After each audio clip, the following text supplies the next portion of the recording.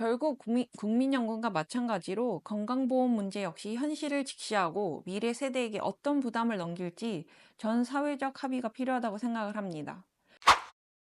안녕하세요. 산부인과 전문의 이혜지입니다. 최근 발표된 국민연금 개혁안 때문에 젊은 세대의 분노와 우려가 큽니다.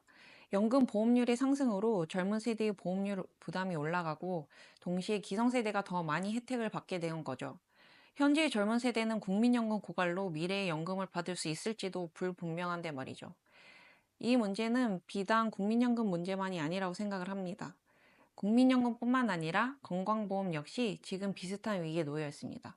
저 또한 그리고 여러분도 결국 바라는 건 하나라고 생각을 합니다. 우리 아이들 그리고 미래 세대에게 더 좋은 사회를 물려주는 거죠.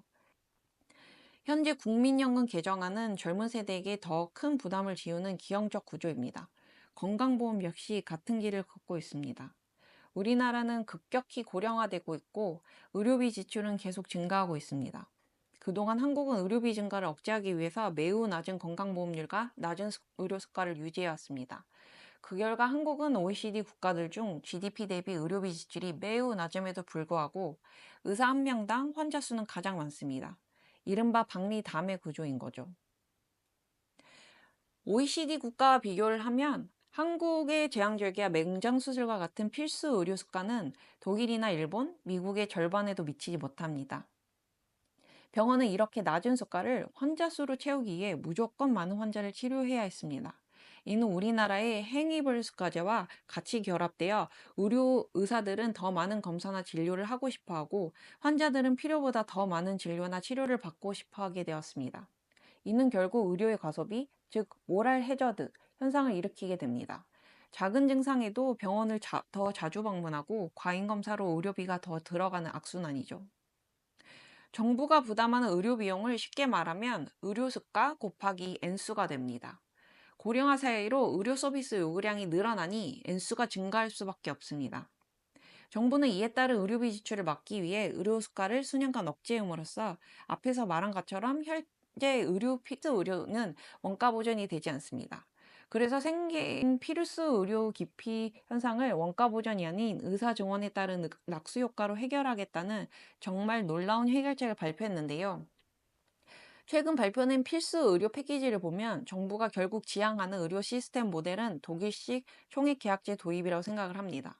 총액 계약제라는 말이 생소할 수 있는데요. 말 그대로 총액, 한 병원이 받을 수 있는 총 의료비가 제한되어 있다는 뜻입니다. 수익 창출에 한계가 있으니 의사들이 하루에 10명을 보나 20명을 보나 월급의 차이가 없으므로 자동적으로 적은 환자를 보게 되는 거죠. 적은 환자 수로는 이 총액 계약제를 실현할 수 없으므로 이를 해결하기 위해 정부는 더더욱 의사 증원을 밀어붙이는 거라고 저는 생각을 합니다. 하지만 이거는 표면적인 미봉책일 뿐입니다. 근본적인 문제는 우리나라 의료 수가가 정상화돼야 된다고 생각을 합니다. 원가 보전이 되지 않는 적자가 디폴트인 의료 환경에서 총액 계약제를 시행한다 해도 병원들이 과연 이에 가담할까요? 오히려 보험이 적용되지 않는 비보험 영역으로 더더욱 의료인들은 빠져나갈 겁니다. 독일의 총액계약제는 적절한 의료 수가가 보장되는 상태에서만 작동을 합니다. 한국의 현재 의료 환경에서는 오히려 의료의 질을 낮추는 결과만 초래할 가능성이 큽니다. 지금 당장 현장을 보면 필수 의료 분야가 이미 한계에 도달해 있습니다. 낮은 수가로 인해서 산부인과나 소아과 같은 필수과는 의사들이 기피하고 있고 현장에서는 의료 인력과 필수적인 약품마저 부족한 상태입니다. 최근 분만병원에서 유도분만 약물 부족이 나타나고 있고 심지어 임산부 당뇨병 진단 시약 공급까지 중단되는 사태가 발생하고 있습니다. 신생아와 산모의 생명을 다루는 필수 의료 현장이 이렇게 붕괴된 상태입니다. 결국 국민연금과 마찬가지로 건강보험 문제 역시 현실을 직시하고 미래 세대에게 어떤 부담을 넘길지 전 사회적 합의가 필요하다고 생각을 합니다. 건강보험료는 국민연금처럼 오를 수밖에 없는데요.